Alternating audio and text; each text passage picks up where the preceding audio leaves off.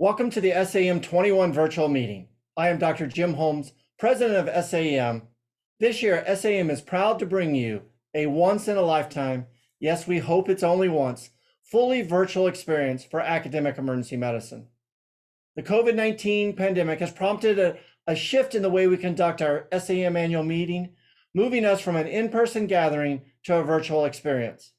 But in the resilient and determined spirit of emergency medicine, we have adapted to bring you an innovative and imaginative virtual SAEM meeting that you will remember long after COVID-19 has been vanquished. Working with a leading virtual event platform, we've taken the most outstanding elements of our in-person annual meeting and reimagined them to create an energizing, engaging, fully interactive online experience. As with every SAEM annual meeting, this week promises to be full of rich and robust content from leading experts in academic emergency medicine. Over 1,100 didactics, abstracts, innovations, and Ignite sessions will be presented this week, totaling over 260 hours of education, along with opportunities to connect with your colleagues during SAEM's Academy, Committee, and interest group meetings. I hope you will set aside dedicated time to join us for as much of the meeting as possible, so you can relax and enjoy this time to be among your peers. Before we begin, I want to take a moment to reflect on the past year and our colleagues that we have lost. It is because of our members that we are able to be a place of collaboration, advancement, and academic excellence. We would like to take a moment to recognize several leaders in academic emergency medicine and in the society who have passed away since our last annual meeting, and allow them a moment of silence to reflect on the impact they have had on all of us personally and professionally, and to remember their accomplishments throughout their careers.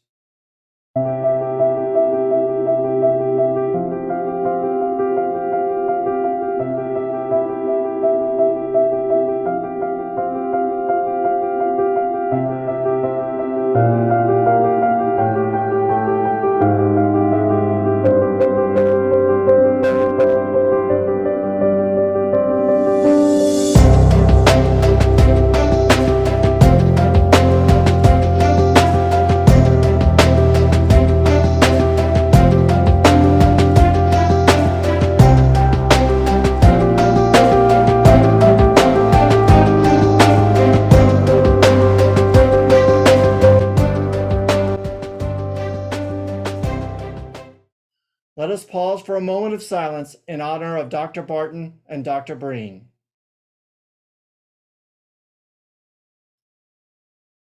Thank you.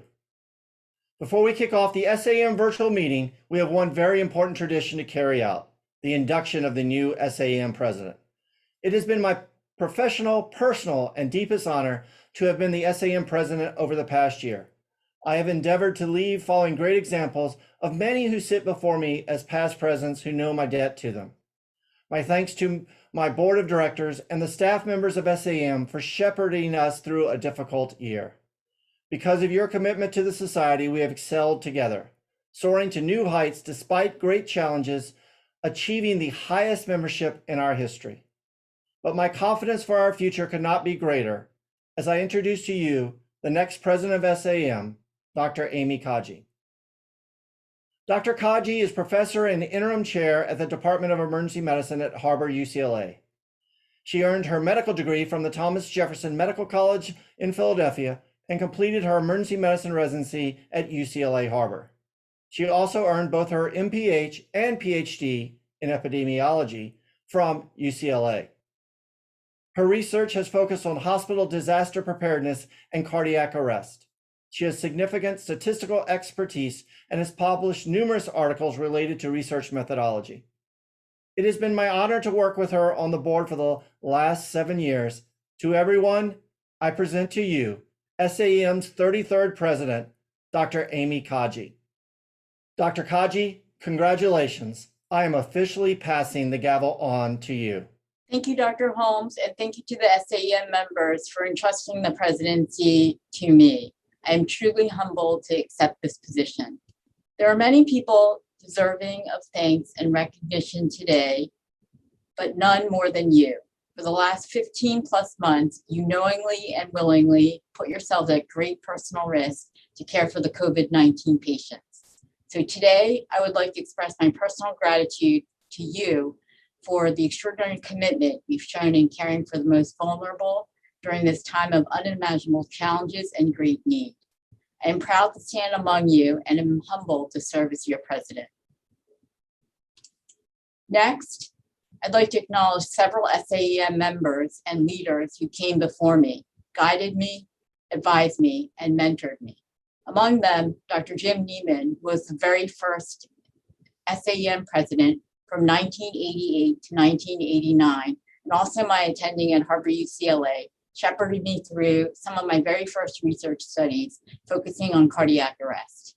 Then Dr. Roger Lewis, the SAEM's 14th president, and also my research fellowship director and doctoral thesis advisor, has been my mentor since I was a resident. And Dr. Robert Hochberger, the 26th SAEM president, was the one who encouraged me to run for the SAEM board. And he continues to provide me with advice about leadership, careers, advice, and anything else I ever want to discuss. I'd also like to thank Drs. Terry Hopgood, Alan Jones, Deb Dierks, Andra Bloomcombs, Mark Courtney, Steve Bird, and Ian Martin, who have set an example for me for what it means to be a leader. Finally, Dr. Jim Holmes, SAEM's outgoing president. Jim, you've taught me so much. You led our society into a new virtual world and out of a pandemic.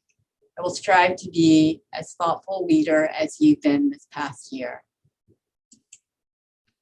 Finally, I'd be remiss if I didn't recognize and thank our remarkable SAEM staff led by CEO Megan Chagrin for giving their hearts and souls to leading our organization through this unprecedented year.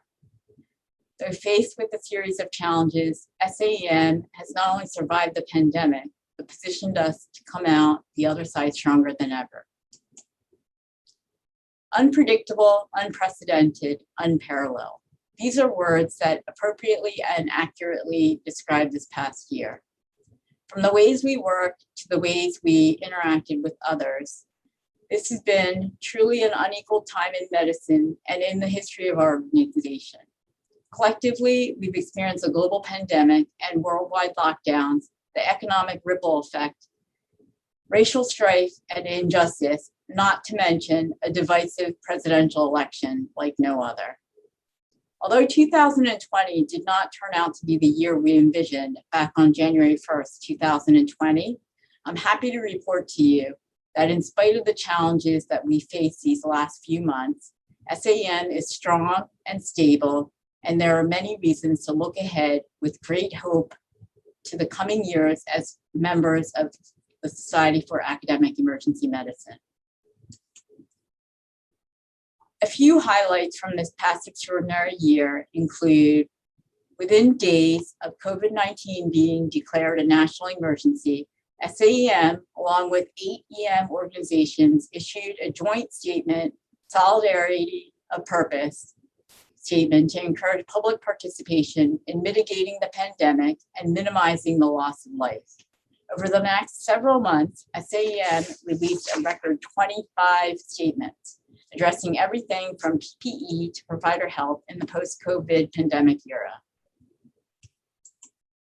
In the wake of the deaths of several Black Americans at the hands of police, SAEM released a statement on the death of George Floyd, which called for reforms on the use of deadly force by law enforcement, a review of discriminatory practices, and justice for those whose lives have been taken as a result of racism targeting people of color. SAEM then presented 2 SAEM National Grand Round webinars, where our own members, who were the very first to geographically be impacted by the pandemic, shared their experiences and lessons learned. Over 1,000 viewers tuned in.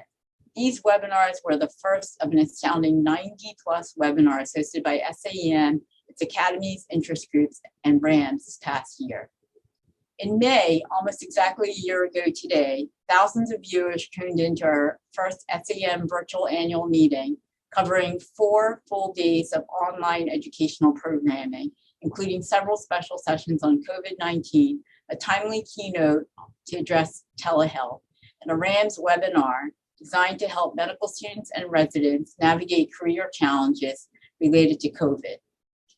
In July, more than 6,000 medical students and residents participated in 144 sessions presented by 104 institutions at SAEM's first ever virtual residency and fellowship fair. This was a crucial solution to an unprecedented EM application cycle, and it was so successful last year that this year there will be 2 virtual fairs. What else? SAEM, ADIM, Brands, and AEM hosted a diversity in medicine residency meet and greet, giving URIM students the opportunity to hear presentations from and ask questions of representatives from more than 50 institutions from 7 regions in the United States. SAEM and the SAEM Virtual Presence Committee unveiled the newest version of SAEM SOAR, or Online Academic Resources, with 3 years of annual meeting content. SAEM and the Academy for Diversity and Inclusion in Emergency Medicine launched the Diversity, Equity, and Inclusion Library, or DEI Library, had online tools for physicians to learn more about achieving health equity and eliminating health disparities. And there's more. Submissions to SAEM journals skyrocketed, in part due to an increase in research related to COVID-19. Looking ahead, both journals in the fall of 2021 will publish special issues that address inequalities in emergency care and explore racism. SAEM's Clerkship Directors in Emergency Medicine launched a directory of virtual rotations to provide students access to programs that provide virtual rotations. The CDEM M4 curriculum site has also updated versions for 50 chapters that now allow for viewing on mobile devices. AWEM, with SAEM Wellness Committee, hosted a National Physician Suicide Awareness Conference and webinar featuring a panel of physician wellness and physician suicide experts discussing burnout, prevalence of physician suicide, and inciting and mitigating factors. The SAEM Foundation awarded $50,000 to 2 emergency care investigators for their studies on COVID-19 this past year. With an endowment of over $12 million, the foundation awarded nearly $700,000 in training grants. What's more, it responded to the pandemic by creating a new $100,000 emergency infectious disease and preparedness grant. As the US began rollout of the first vaccines in early 2021, SAEM welcomed Dr. Anthony Fauci as the featured presenter for national ground rounds on COVID vaccine distribution. More than 1,000 viewers tuned in to hear Dr. Fauci share his knowledge and perspective on COVID-19 and the impact of vaccine distribution on the emergency department. This was followed soon after by the launch in February of the new ARMED MedEd course. Modeled after ARMED, our Advanced Research Methodology Evaluation and Design course, ARMED MedEd is focused specifically on advancing the methodology of education research in emergency medicine. Finally, hope you noticed. If not, we invite you to take a look. SAEM's website, saem.org, received a major overhaul. As evidenced by these successes, there is no question that SAEM continues to make great strides. Yet there are issues facing emergency medicine. First, there is our workforce.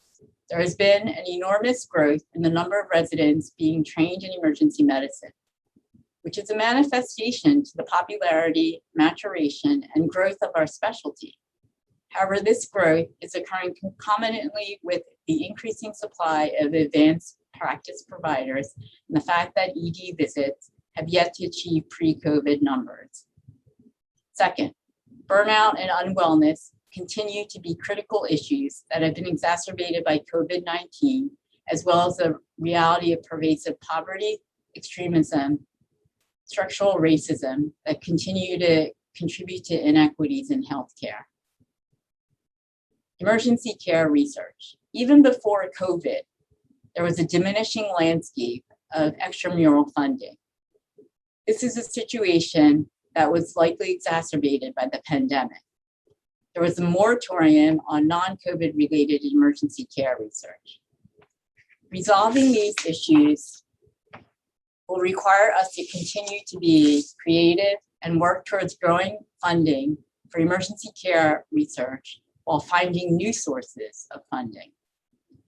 To tackle these challenges, it may sound very cliche, but I really believe that we are stronger when we act together, whether at the EM organizational level, local or individual levels. Our public statements are stronger when our sister EM organizations join us in a unified voice. Solutions to the issues we face will require research to understand the issues, perhaps with a shift in our research priorities, outside the box thinking, and being open to a practice of emergency medicine that may look very different from what it is today. We will need to consider further expansion of telehealth, pre-hospital, and community care, and address the disproportionate imbalance in supply and demand in rural areas. This may seem daunting, but it is because of you, our members, who are the future of academic emergency medicine, that I am confident that we can and will solve these problems. I promise that I will do my utmost to strengthen our society and specialty. I'm incredibly honored to serve as SAEM president and look forward to working with you throughout the year. I hope that you will find the virtual format of this meeting enjoyable, but I am so looking forward to the near future when I can sit side by side with you face to face and literally and figuratively embrace you with gratitude. And now it is my great pleasure to introduce Dr. Darren Beam and Dr. Brian Zink to kick off this year's annual meeting. Congratulations, Dr. Kaji. We very much look forward to your leadership and guidance this year. And now we have a very special tribute to honor someone near and dear to our hearts. Hello, everyone. As you all know, we lost a legend when Dr. Peter Rosen passed away on November 11th, 2019. In honor of his life and legacy, SAEM has named today's keynote address after him. It is my pleasure and honor to provide a remembrance of Peter Rosen before we hear Dr. Cooperman's address. Peter Rosen was a fighter and founder for our specialty and a friend and mentor to so many people who have gone on to make emergency medicine what it is today. I'd like to thank Rich Wolf, SAEM board member and chair of emergency medicine at Beth Israel Deaconess Medical Center in Boston, who was also Peter's nephew, pictured here on the left. Rich provided some of the materials and photos for this talk. Peter Rosen was born and grew up in Brooklyn, New York, where his father was a general practitioner. Peter developed his fighting spirit and maybe his penchant for cuss words in the multicultural streets of Brooklyn. He went to the University of Chicago, graduating at the age of 20. He then went to Washington University Med School, did a rotating internship back at the University of Chicago, and then decided to pursue surgery and did residency at Highland Hospital in Oakland, California. Following residency, Peter served in the Army in Germany. And after his Army stint, Peter and his wife settled in Wyoming, where he was a surgeon in a very busy practice. He would drive 200 miles a day doing surgery at 3 different hospitals. The work in Wyoming was very taxing. Peter had 2 myocardial infarctions at the age of 35. He was contacted by the University of Chicago about running their emergency department there, which was under the Department of Surgery. For some reason, he thought this would be a less stressful job. He was not entirely welcome back to Chicago, as this audio file from my 2002 interview with him shows. It was the only faculty meeting in the 6 years that I was there that had 100% attendance. And the subject was the emergency department. And I presented my plans for the emergency department. And before I ever said a word, the chair of surgery, the department that I had been appointed in, stood up and said, anybody who would do full-time emergency medicine is demeaning to this faculty. But Peter persisted and started one of the earliest emergency medicine residencies there. He was a master recruiter and brought in promising residents and developed them as early leaders of academic emergency medicine. Peter grew tired after 6 years of fighting the battles for legitimacy in Chicago and next moved to Colorado, where he started his second residency at Denver General Hospital. This program quickly became very popular as another breeding ground for emergency medicine leaders. It was during this time that Peter became very involved in the creation of the American Board of Emergency Medicine. The other early emergency medicine leaders were not from the academic world. They were diplomatic statesmen like politicians who were pushing the field slowly forward. In Peter, they got someone with academic credibility who was a real firebrand in battling the other specialties to get emergency medicine established. Peter was a proud founding member of the ABEM board when ABEM was approved in 1979. One of Peter's greatest contributions was an essay he wrote in response to the condescending attitude from other specialties that emergency medicine didn't have a distinct body of scientific practice and was not a legitimate medical specialty. The Biology of Emergency Medicine, published in 1979, was the much needed declaration for our young field that we had a scientific basis, we were meeting a need, and we weren't going away. Peter's next big undertaking was to create a textbook of emergency medicine. Other textbooks of emergency medicine at the time consisted of chapters written by, quote, experts from other specialties. As noted here, Peter had a different view of this. Rosen's, as we all know, became the standard for textbooks in emergency medicine. Peter went on to also found the Journal of Emergency Medicine and wrote many influential editorials in that journal. Peter was the first emergency physician elected to the National Academy of Sciences Institute of Medicine. But above all his personal accomplishments, he was a mentor and a producer of leaders. By the mid-1990s, former residents and faculty who had trained under Peter dotted the emergency medicine landscape from coast to coast as chairs, program directors, presidents of ABEM, SAEM, and even president of the American Board of Medical Specialties. Peter was this paradox of a person knowing one evening he could teach you about classical music, quote, classical literature, all the while slinging F-bombs, and then he'd totally drink you under the table. He was coarse but kind. He was loud but gentle. He was also a devoted husband to Anne for 60 years and an incredible friend to so many people.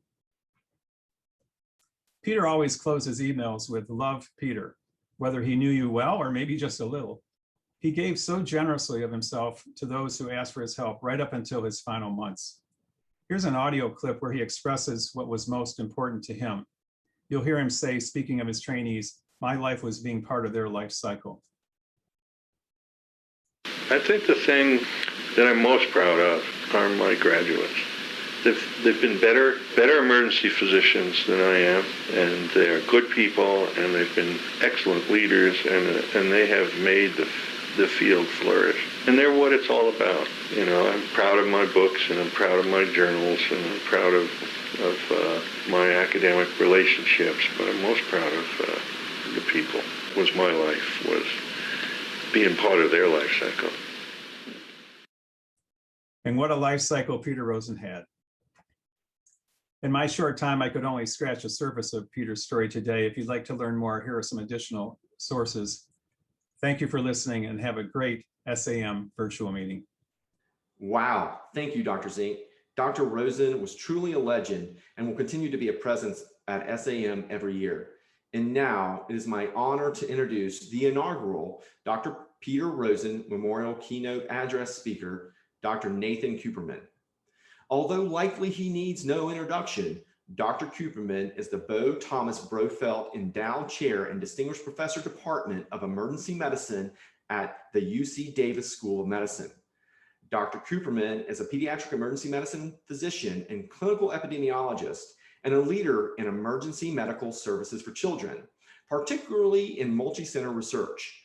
Research foci for which he is a leading national investigator include infectious emergencies in children, including the laboratory evaluation of young febrile children, the evaluation of children at risk of diabetic ketoacidosis-related cerebral injury, and the laboratory and radiographic evaluation of the pediatric trauma patient. His focus is on clinical trials and clinical prediction rules using large cohorts of acutely injured and ill children. He has published works in all three focus areas in high-impact journals, such as the New England Journal of Medicine, JAMA, BMJ, and The Lancet.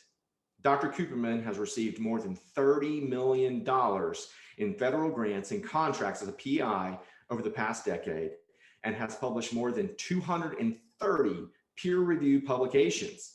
Dr. Cooperman has been a leader in multi-center research in PEM, starting by chairing the first U.S. research network in PEM, the Pediatric Emergency Medicine Collaborative Research Committee of the AAP, from 1996 to 2000, and has led several investigations there. He then became one of the founding investigators of the founding chair of the steering committee of the Pediatric Emergency Care Applied Research Network, as we all know as PCARN, from its inception in 2001 until late 2008. He remains one of the 7 network principal investigators still to this day. He recently completed a 4-year term as the chair of the executive committee of the global PCARN and international consortium of the PEM research networks. Dr. Cooperman is recognized nationally and internationally for his works in pediatric emergency medicine. It is my great honor and privilege to welcome him here today. He will also be available to answer questions in the chat box during the presentation. Welcome, Dr. Cooperman. You may begin when you're ready. Thank you, Dr. Beam and Dr. Zink, as well as Drs. Holmes and Kaji, Ms. Shagrin, members of the SAEM board, and friends in the audience. I can't tell you what an honor it is to speak here today at the Dr. Peter Rosen Memorial Keynote Address. I had the good fortune to have worked with Dr. Rosen, to have called him a friend when we crossed paths in 1994 and 1995 in San Diego, when I was working at Children's Hospital San Diego, and then again when I invited him as a visiting professor and at our resident research day a number of years ago. And what a legendary journey he has had. Today, I'll be presenting a story of the growth of pediatric emergency medicine through collaborative research. And I think it's a story of which Dr. Rosen will be proud. But he would likely say something to the effect that it's about expletive deleted time the kids have grown up. And bear with me as I weave the journey of the development of peds emergency medicine from young childhood to young adulthood through multi-center research.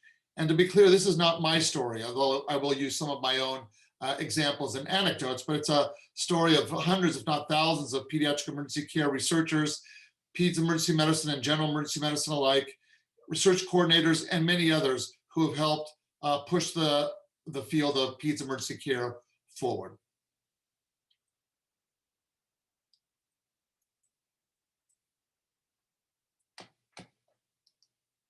I have no financial or other conflicts of interest to disclose. So my story starts with the January 27th, 1992 issue of the US News and World Report when I was a Peds Emergency Medicine Fellow at Boston Children's. The title of the issue read, "The Shame of Emergency Medicine, Kids at Risk," describing the horrific outcomes of children with acute illnesses and injuries presenting to EDs around the country that were ill prepared to address these children, either with equipment or personnel. That was 16 years after the formation of ABEM, 13 years after Dr. Rosen's seminal article on the biology of emergency medicine, and nearly a decade after the first edition of Rosen's iconic textbook. Peds emergency medicine was behind and children were at risk.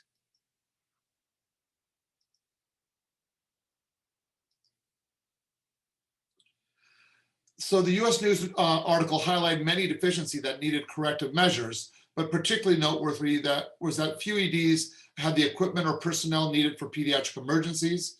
There was a higher pediatric mortality rate where there was no emergency medical services for children. A specialty of peds emergency medicine was needed, and in fact, it was founded in 1992. But they also highlighted a few places that were doing it right, particularly at Harbor UCLA Medical Center, led by Dr. Jim Seidel, the father of modern day EMSC preparedness. Dr. Seidel was the mentor and PEDS-EM Fellowship Director for Dr. Marianne Gaucher-Hill, now Director of EMS for LA County, and he was my resident mentor as a budding PEDS-EM Fellow at Harbor UCLA. While the wheels were in motion to start preparing the nation's EDs for acutely ill and injured children, the knowledge base for pediatric emergency care was also developing. The leaders of that movement were Dr. Gary Fleischer from Boston Children's in the top photo and Dr. Stephen Ludwig from Children's of Philadelphia below left, along with Jim Seidel and a research trainee who was the award recipient of the Ludwig Seidel Junior Research Award. Doctors Fleischer and Ludwig recognized that the field of peds emergency medicine could not develop without a solid evidence base and textbook. So in 1983, they co-created the first comprehensive textbook of peds emergency medicine. Now it's in its seventh edition, noting that the great textbook of emergency medicine could not sufficiently cover the spectrum of pediatric emergencies in one chapter. All of this was years after Dr. Rosen was leading the development of EM as a specialty, and PEM was in its infancy, but starting to grow roots and to develop. The more peds emergency medicine developed as a specialty, the more we realized that the evidence base for many important questions was weak. There were lots of case reports and poorly conducted retrospective studies out there.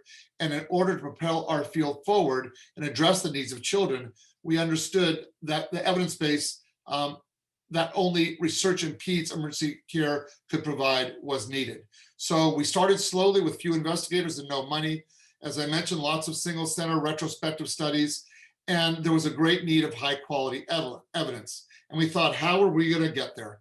And we realized that the only way to get there, to get development, to get definitive evidence that is accurate, precise, unbiased, and ready to implement in the care of children was going to require multi-center research using research networks. So the pyramid of evidence is not as clean and linear as we would like. This is the typical pyramid of evidence that we see here, but it all depends on the quality of the study.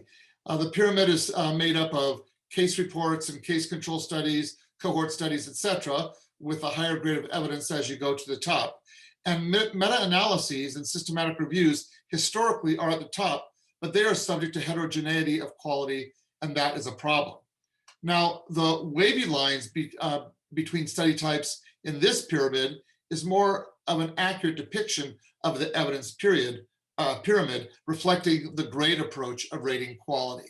And not all meta-analyses are the same. Good meta-analyses really depend on having high quality randomized trials of low bias and large, well-conducted observational studies. So in fact, the systematic review or meta-analysis should not necessarily be at the top of the pyramid, but in fact, it should really be the lens through which other types of studies should be viewed and appraised.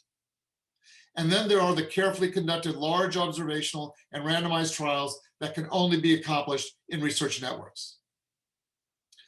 So powerful research is done in teams, and it's really rare to have an epiphany, an idea that nobody else has ever considered before, and that comes to fruition without a team. So in 2010, Andrew Hargadon, he's a professor of innovation at the School of Business at UC Davis, he wrote that innovation is about connecting, not inventing. No idea will make a difference without building around it the networks that will support it as it grows and the network partners with which it will ultimately flourish. Who will be successful and who will be a footnote depends on who builds the better network around the same idea.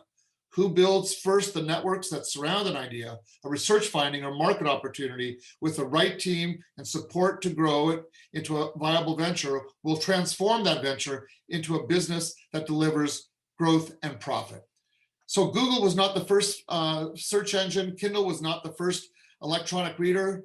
A French student discovered penicillin 30 years before Victor Fleming, and the iPod was the 13th MP3 player. But the difference was that these innovations put together the right team and network around the idea. And I spent a sabbatical year, half of it with Dr. Hargadon at the Graduate School of Business studying innovation, and then half of it in London where I was preparing for the big head injury trial in PCAR. The NIH is also funding team science as measured here by authorship number on NIH-funded publications in this histogram at the bottom. In the past 2 decades, the mean number of authors on NIH-supported research has gone from 4 to 7, which really reflects that publications in highly cited journals and that are NIH-funded are resulting more from team science. So now let's get to the meat of this talk, which is discussing how do we move from single-center research to the definitive answers that we need in peds emergency care using multi-center research networks. And I'll start with an example in adult emergency medicine about corticosteroids for head trauma but these studies were led by a pediatric critical care epidemiologist. And we know that head trauma is a major cause of mortality and morbidity in both adults and children, and small randomized controlled trials are inconclusive, that is, were inconclusive, whether corticosteroids confer mortality benefit. And this was the meta-analysis at the time before the big randomized trial of lots of small studies, and the point estimate from the summation of all these studies suggested a perhaps 2% mortality benefit to giving corticosteroids. So Dr. Ian Roberts at the Cochrane collaboration performed the large definitive randomized trial. Now, this was a trial of 20,000 adults older than 16 with head injury within 8 hours in nearly 50 countries and almost 240 hospitals. Again, powered with 20,000 patients to identify a 2% mortality difference. However, the Data Safety Management Board stopped the trial at 10,000 patients because they found an 18% relative increase in the risk of all-cause mortality at 2 weeks. So I was on sabbatical there at the time, preparing for the big PCARN head injury study, and this left an impression because this study changed the meta-analyses on the topic forever. So now let's look at a more pediatric specific example, and that's the topic of pediatric DKA. We know that 0.5 to 1% of pediatric DKA episodes result in major brain injuries, and many more children have subtle brain injuries. Yet for 30 years or longer, we've been taught that IV fluids cause cerebral edema and DKA based on small uncontrolled trials, and these have resulted in us restricting fluids to these dehydrated, ill children. So in a typical study of the time, this was in 1988, a retrospective case series of 40 pediatric cases of DKA with cerebral edema were collected from a literature search and referred to the authors, or they were local cases. There were no controls. And the results of the study was that the authors concluded that the rate of fluid administration was inversely correlated with time to herniation. And only 4 of 40 cases of DKA with cerebral edema received more than 4 liters per meter squared, received less than 4 liters per meter squared per day.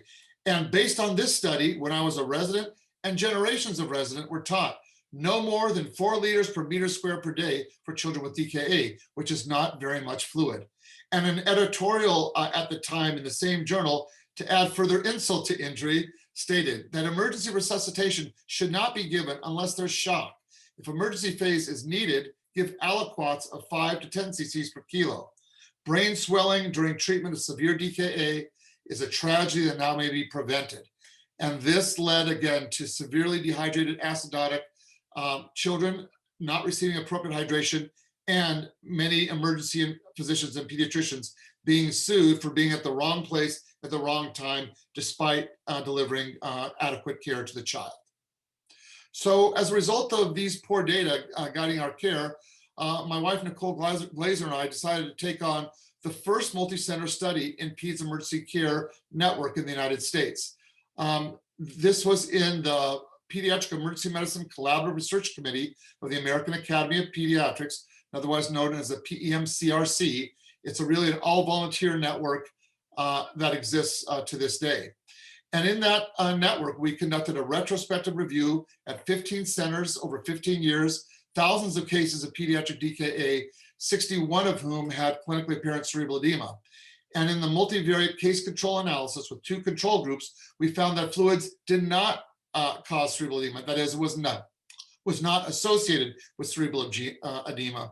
However, acidosis, dehydration, and administration of bicarbonate were.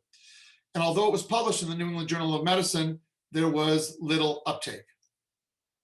So now ratchet ahead 20 years, after millions of dollars in grant funding, a juvenile rat model of DKA, pilot studies of DKA in children, we then conduct what we consider the definitive randomized controlled trial of fast versus slow fluid in pediatric DKA in PCARN. And this was a study of 13 centers, 1,400 patients over 5 years. And lo and behold, we found that fluids again were not associated with cerebral injury, the same result as 20 years previously. And in fact, there was a suggestion of benefit for faster hydration, but this was not statistically significant. So this was an example of the power of research networks to debunk harmful myths and propel PEDS emergency care forward. And now we also have the mechanisms to translate that research into practice.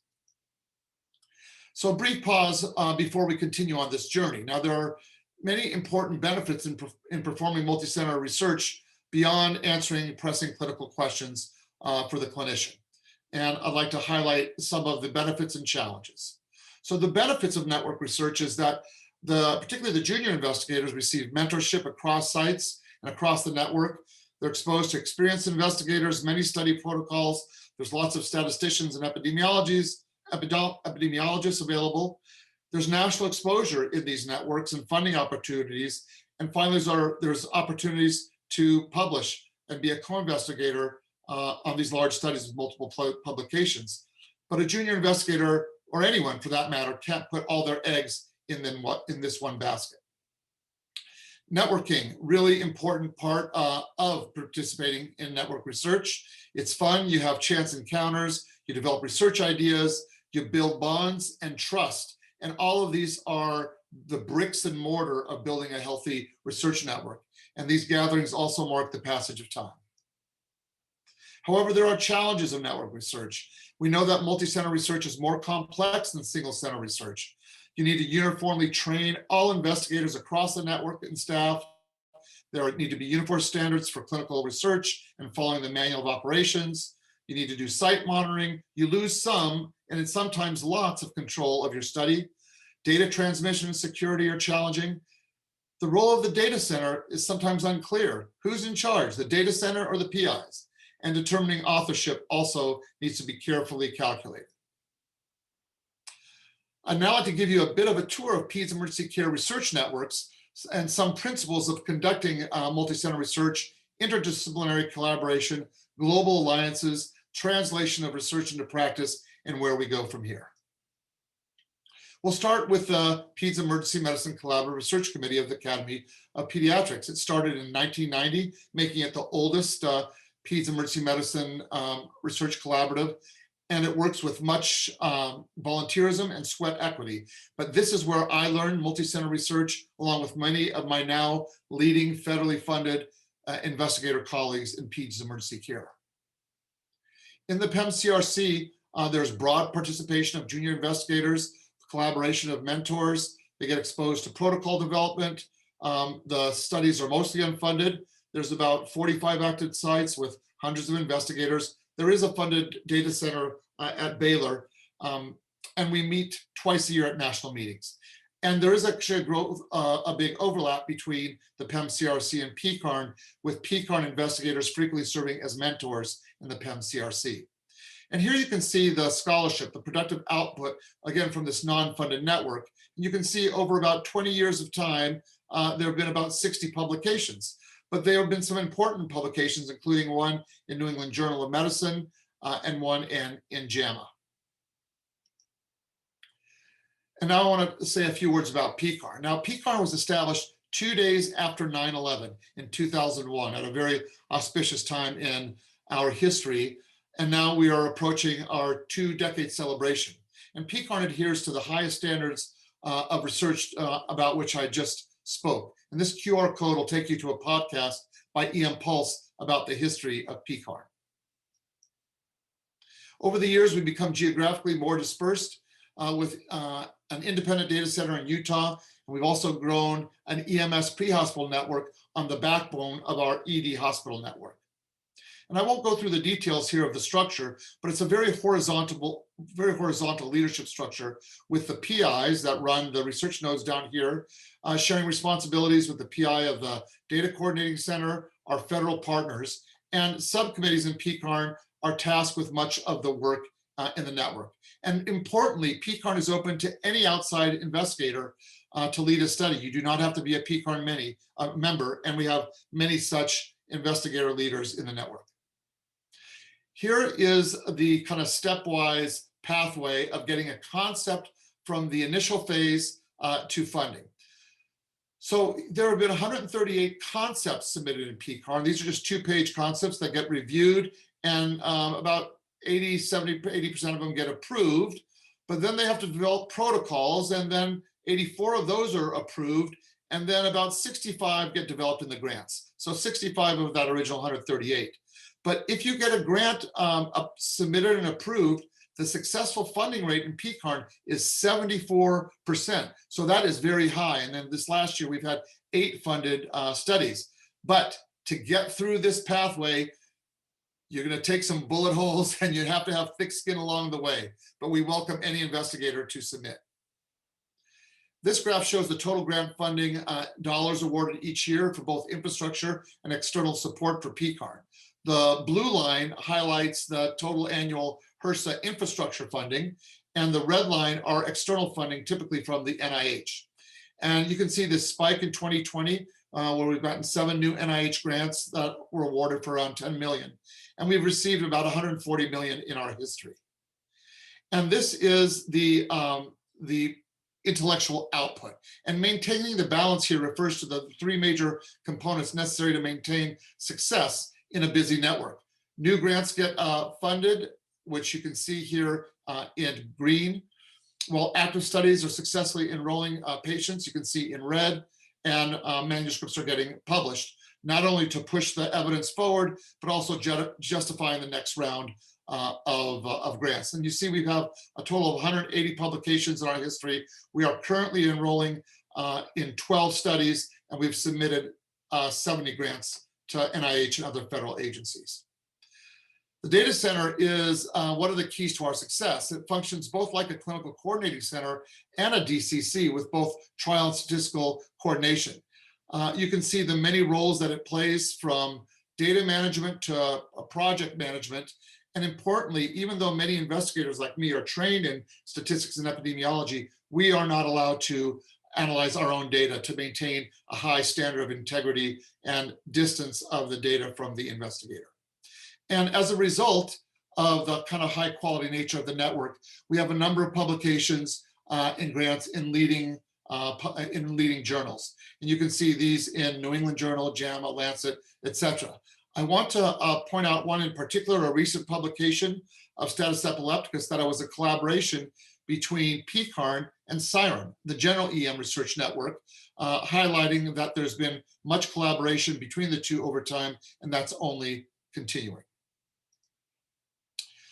In the past couple of years, we have been elevating equity as a strategic priority in PCARN.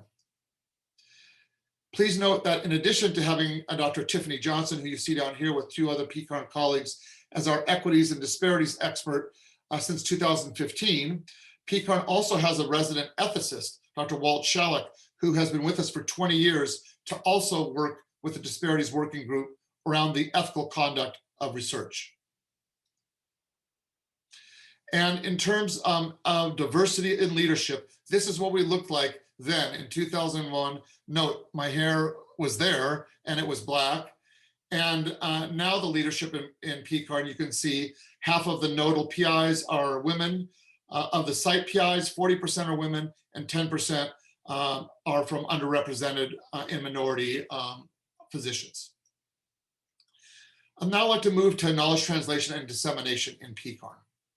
And this pyramid of knowledge generation to bedside transmission, this knowledge translation pipeline, is one of my favorite. And again, here you see that pyramid of evidence that we discussed before rising to the top. But before that evidence can get to the patient, you encounter lots of obstacles. The first one is myth, opinion, and poor research.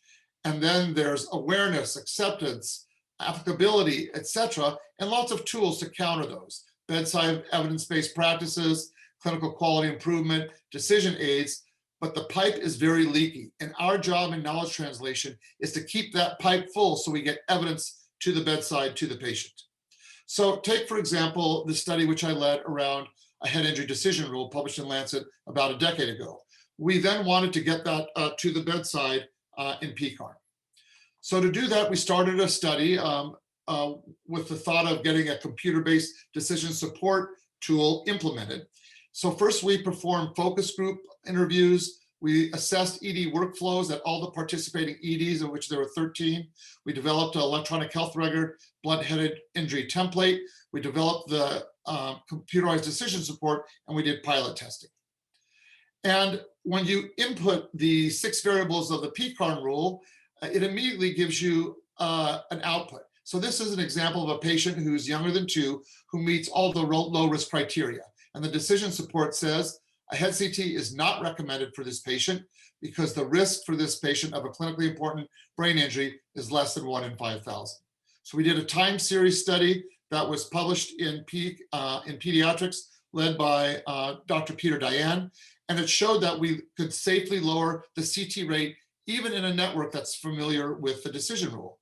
And then Dr. Lise Nigrovich did an implementation of the rule at Boston Children's and showed the same thing, a safe reduction of CT use with implementation. And this was repeated again at a community ED, and it's been repeated time and time again. That is, when you implement the evidence, you can lower the CT rate, but it takes that implementation. So you need to think about dissemination early as well. You need to identify your audience and stakeholders and influencers when you're writing your research plans and your grant. Look at your resources and think, do you have the resources available to write a disseminator into the grant? That's what I do now when I am preparing grants for research. And this QR code takes you to a great NIHR blog on how to disseminate your research. So how do we do dissemination in PCARN? Well, for years, dissemination meant going to conferences, presenting, getting published, etc. And that's important, but it misses a large swath of people who care for children. In our digital era, there's so many innovative ways to get evidence and the latest evidence out there. And high quality dissemination with the right messaging actually requires a skill set that we did not really learn in medical school. Each tweet needs to be peer reviewed. Digital journal clubs require significant coordination. Podcasts and video recordings require expertise, technical equipment, and a blog takes a lot of work and a lot of editing. So it really requires a workforce which we've established in PCARN.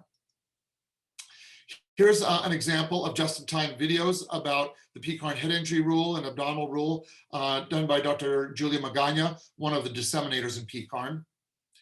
And this, the EIIC is the EMSC Innovation and Improvement Center, which partners with PCARN and other organizations such as the Emergency Nurses Association, the Academy of Pediatrics, ACEP, and others to help synthesize and disseminate knowledge derived from definitive evidence. And we know that 90% of children seek emergency care at EDs, not at children's hospitals. So we really need to provide evidence for those community EDs. So the first EIIC toolkit was about status epilepticus. And the process involves 3 phases to develop such a kit. First, knowledge synthesis, then content creation, and then dissemination. And this QR code will take you to that status epilepticus toolkit. And the next kits will focus on agitation, suicide, pain and sedation, and child abuse. We have several dissemination partners. Cal ACEP helped us make cards to implement the PCARN head injury rule. MD Calc has algorithms for not only the TBI rule, but also for intra-abdominal injury and for the febrile infant. Alium has been a major partner of PCARN. Dr. Michelle Lind is a good friend of mine, founder and CEO of Alium, and they have been working closely with PCARN in dissemination. And their implementation of the head injury rules have been downloaded more than 25,000 times in 90 countries in more than 1,000 cities. And Alium creates podcasts for PCARN. They moderate our PCARN Twitter handle and other social media items. And here's their team, and you can tell it takes a team to create a robust social media presence. A few other disseminating partners. TREC is a national organization connecting pediatric and general EM clinicians and researchers around Canada to find ways to share latest evidence, run by Terry Classen. You can see there. And the resources for health professionals are really our information summaries that are evidence-based. They're ideal for education. They're step-by-step guides. You can see some of their products there. And they were the first ones, the day after our DKA randomized trial was published, they were the first ones to disseminate it around the EDs throughout Canada. And you can see they have many products, including evidence-based resources and tools, a lot of education sessions, online resources, etc. We also, really importantly, collaborate greatly with general EM physicians in pediatric emergency care research. And I cannot highlight that enough. And of course, since this is an SAEM meeting and I'm very invested in this organization, I'd like to encourage these collaborations. And I want to highlight a few. So Dr. Jim Holmes, the outgoing president of SAEM, is the PI of an NIH-funded study to validate PCON rules for intra-abdominal injury and TBI. Daniel Nishijima, another general EM physician, is the PI of an NIH-funded study to evaluate TXA for hemorrhagic trauma in children. And Craig Newgard is the PI of an NIH and HRSA-funded study to evaluate pediatric readiness in EDs across the nation. And we have a few other partner PCARN, that is partner networks around the globe. There's PERC, or Pediatric Research of Canada, and they have a focus in not only knowledge creation, but knowledge dissemination in partnership with TREC. They are greatly funded by the Canadian Institute for Health Research. They've been awarded nearly $60 million in grant funding and have more than 130 publications. There's the PREDICT network in Australia and New Zealand, led by Drs. Franz Babel and Stuart Dalziel.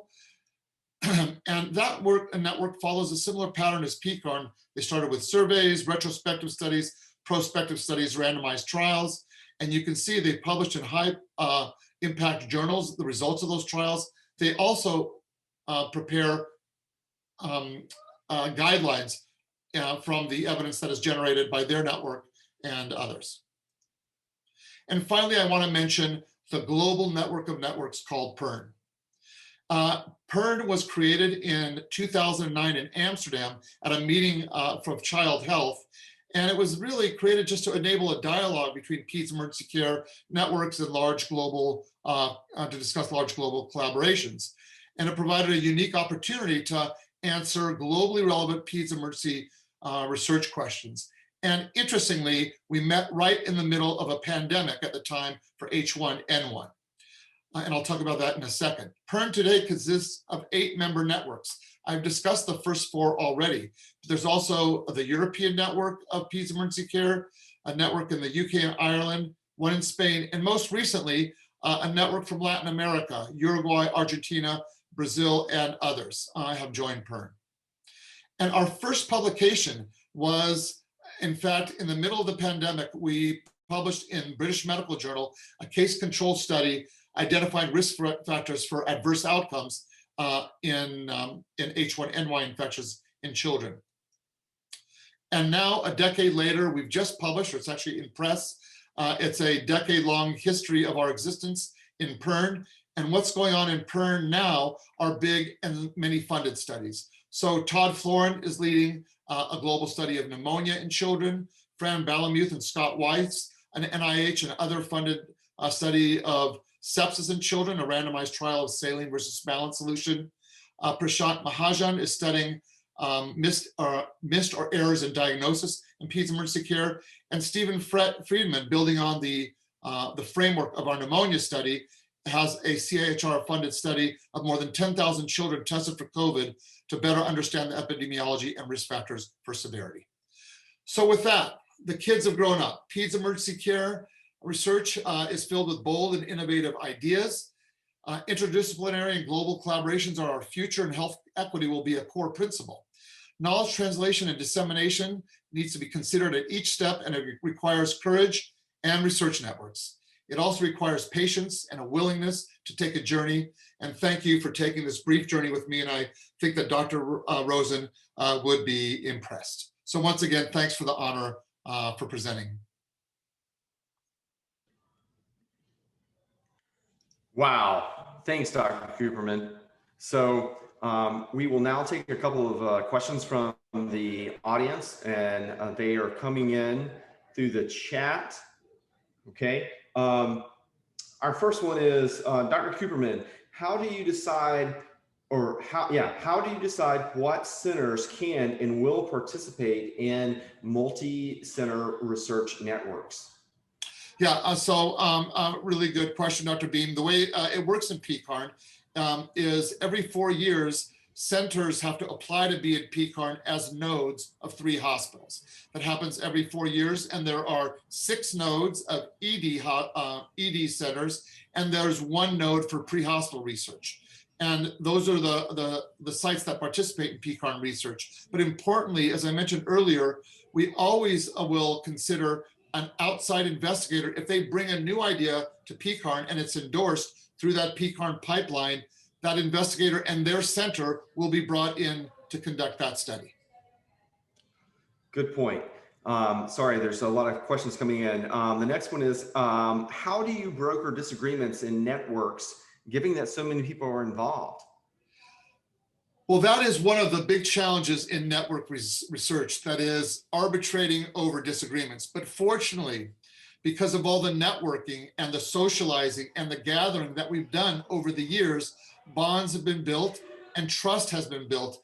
And if I think of the kind of most sentinel ingredient of a healthy collaboration is that building of trust over time, so that in fact, the disagreements are infrequent and we tend to solve them amicably because our bonds extend well beyond just the professional. Good point as well. Okay, do you feel that networks, large networks, inhibit smaller institutions at their own site? So Dr. Beam, I'm not sure exactly if they inhibit small institutions from participating, or. I think the questioner was saying participating or being able to enroll at their own site. Yeah, well, one thing I can say that in PCARN, there are big centers and there are small centers, but each center has sort of some unique attributes. So I'll speak about UC Davis, our center. It's not a big pediatric center compared to a really big freestanding children's hospital, but we have really smart investigators who write a lot of grants. And there are other centers that are really big centers. They don't write any grants, but they enroll a lot of patients. So in fact, there's a nice sort of a synergy between centers, with each one contributing its own specific piece to the network. That's a great point, that each center can contribute what they do the best. Our final question is how do you envision pediatric emergency medicine and general emergency medicine investigators working more closely in the research regarding PEC? Well, that is a question that's very near and dear to my heart. Although I'm a peds emergency medicine investigator and clinician, I work in a general ED at UC Davis, and it's very purposeful because, as you know, 85 to 90% of children in this country are seen by general emergency physicians, not pediatric emergency physicians. So I think that general emergency physicians should be invested in research in their care and should also be role models for emergency medicine residents in the care of children with emergencies. So I have coaxed Dr. Holmes and Dr. Nishijima at UC Davis to participate, and they are very invested in peds emergency care research as general emergency physicians, as are many other physicians around the country. But I do think that interchange is critical. That's why I'm a big fan of a large peds EM presence at SAEM and general EM meetings, because we have to mix and mingle more to develop those bonds and to create those new ideas. Thank you, Dr. Cooperman. And now I invite Dr. Jeff Klein, Academic Emergency Medicine Editor-in-Chief, to join me in introducing the 2021 plenary abstracts. Thank you, Dr. Beam. It's my pleasure and honor to kick off SAEM21 with the best presentations of original research this year. Each abstract underwent an objective, independent peer review process and was selected as the top scoring abstracts for this year's plenary session. Our first presentation is entitled Integrated Omics Endotyping of Infants with Respiratory Syncytial Virus Bronchiolitis, presented by Dr. Kohei Hasegawa from Massachusetts General Hospital. Dr. Hasegawa, please begin when you are ready. Thank you, Dr. Klein. So I'm going to present a part of our work on subtyping infant bronchiolitis. The title is Integrated Omics Endotyping of Infants with RSV and Bronchiolitis. Here are my disclosures.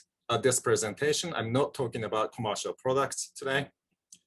And these are the key insights from the study, current study. First, infant bronchiolitis is common and heterogeneous. Second, our integrated omics analysis reveals subtypes or endotypes of RSV bronchiolitis that not only have distinct clinical characteristics, such as the severity of illness, but also have unique molecular mechanisms. Third, these bronchiolitis endotypes have differential risks for developing asthma. Here's the background, just one slide. As you know, bronchiolitis is a clinical syndrome. It is commonly defined by acute lower respiratory infection caused by viruses such as RSV and rhinovirus. Its acute morbidity is significant, and this is the #1 cause of infant bronchiolitis hospitalization in the States and many other nations. Likewise, its chronic morbidity is very high. Among these infants with severe bronchiolitis, 30 to 40% are known to subsequently develop asthma. The current guidelines are based on an assumption that bronchiolitis is a homogeneous disease with a similar mechanism. However, in the past several years, our studies have identified and validated clinical subtypes or phenotypes of severe bronchiolitis.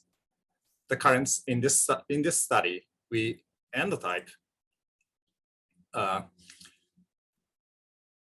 severe bronchiolitis by integrating clinical, viral, and multiple omics data and relate them to chronic morbidities. And it's in press right now. The first, these are the methods. First, we use data from Mark 35 cohort, which is a 17-center prospective cohort study of infants hospitalized for bronchiolitis or severe bronchiolitis. The cohort has enrolled more than 1,000 infants across the nation and is following up these patients 6+ years. In the current study, we focused on 220 infants with RSV infection who have the following 4 data sets: clinical and virus data, the airway microbiome data, mRNA by RNA sequencing data, and metabolome data in the airway.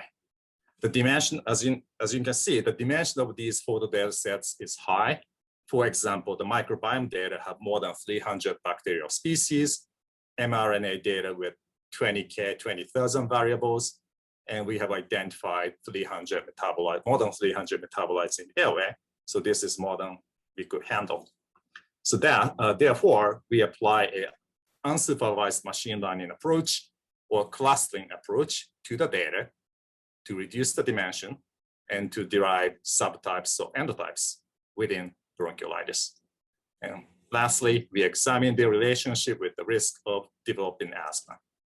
So a little bit more specifically, so because each of the 4 data sets has a unique distribution, so we applied a different distance measure to each data set and made a distance matrix for each. And after several matrix manipulations, we have identified integrated 4 data sets to make one matrix. Then we apply a clustering approach that can non-linearly separate the very high dimensional space to lower dimension in order to identify subtypes or endotypes. So this is just a network visualization of the endotypes. So basically we are integrating 4 data sets into one in the middle, in which each node indicates an infant, and 4 colors are representing 4 endotypes. Each edge indicates how close a pair of infants are in terms of 4 data sets. These RSV endotypes are clinically distinct. So the lower arc of this circular plot shows 4 endotypes, A, B, C, and D. The upper arc includes major clinical characteristics. So for example, infants with an endotype A were younger and less likely to have previous breathing problems or rhinovirus co-infection. So in other words, they are young first-time wheezers by solo RSV infection, resembling classic bronchiolitis. By contrast, infants with an endotype B were more likely to have parental history of asthma, IgE sensitization, and rhinovirus co-infection. So they look like an early asthma. Next, the infants with an endotype C had a high proportion of positive pressure ventilation use such as CPAP or intubation, they appear to have a very severe illness. So I'm gonna skip D for now. And this is just a, basically similarly, these endotypes were biologically distinct. So I'm not going over each variable here, but this heat map visualizes the between endotype differences in virus, microbiome, and metabolome. Additionally, for example, in the endotypes A versus B comparison in the airway mRNA, there are differential enriched pathways such as type 1 and type 2 interferons. So here's the punchline. There were 4 RSV bronchiolitis endotypes. The endotype A on the top resembled classic bronchiolitis with unique microbiome characteristics and intermediate type 1 interferon response in the airway. The endotype B was atopic and had a co-dominance by pneumococcus and endocarditis. The endotype C had a very high severe illness with mixed microbiome profile or dysbiosis and depleted type 1 interferon response. Lastly, the endotype D was non-atopic and high dominance of endocarditis and high IL-6 response. So in addition to these differences in acute clinical characteristics and pathobiology, these endotypes were also relevant to chronic outcomes years later. For example, in these Kaplan-Meier curves on the left, the rate of recurrent wheeze was different. So the endotype A, the classic bronchiolitis guys on the top in blue, had the lowest rate, while the endotype B, the early asthma one, had the highest rate on the bottom. It's the pink one, with a corresponding hazard ratio of 5.5. Likewise, these endotype B, the early asthma kids, infants, had a higher rate, a higher risk of developing asthma with a corresponding odds ratio of 6, so by age 5 years. So here's the summary again. So infant bronchiolitis is common and heterogeneous. The integrated omics analysis identified bronchiolitis endotypes that have not only distinct acute clinical or biological characteristics, but also differential risks for developing asthma. So our data may help us develop endotype-specific treatment of bronchiolitis and primary prevention for asthma. So if you're interested in this topic more, Professor Carlos Camargo, the overall PI of Mark 35, is going to give a national grant round in the afternoon, 2 p.m. Last slide, I'm going to close with a busy slide that acknowledges the many people who have contributed to the work that I have shared with you today. Thank you, and I welcome your questions. Thank you, Dr. Hasegawa, for a fascinating presentation. And to open our questions from the audience, I'll turn the first question over to my colleague, Dr. Beam. Thank you, Dr. Klein. So looking at the chats, Dr. Hasegawa, why do you think that the most severe endotype C, didn't end up having higher rates of asthma? Oh, yeah, okay, that's a great question. So as you know, higher severity of illness is a known risk factor for asthma for some reason. That may be due to direct injury to the airway that may take time to heal. However, we have identified the other outcome that has a much higher risk for asthma, which looks atopic, and also some specific biological characteristics that I didn't present today, which is type 2 inflammation, such as IL-4, 13, and 5. And these well-known biological mechanisms of asthma. So we believe that these infants with type A, or actually type B, may be early asthma infants. They may have asthma in infancy. That's a hypothesis that is hard to prove, but that's one potential reason that we see that type C didn't look like the highest risk group.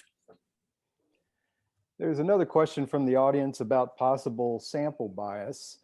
And that would be both at the front end, meaning the infants that had all of the data you needed, and then in terms of follow-up, could there, for example, be a socioeconomic difference? Maybe higher socioeconomic children were easier to follow. It's just a hypothesis from the questioner. Yeah, so that's possible, but we have that being said, we have a very good follow-up rate, about 90%. So, and in addition to that, after adjusting for these censoring by the use of, for example, inverse probability censoring weighting, we don't see much difference in the inference. So I do not believe that the selection bias may have affected the results significantly. Good answer. What do you foresee the future utility of using the different endotypes in patients that present to the emergency department in real time? So that's a great question. So I don't think this study is going to change your practice next week, but may change our practice in 2020.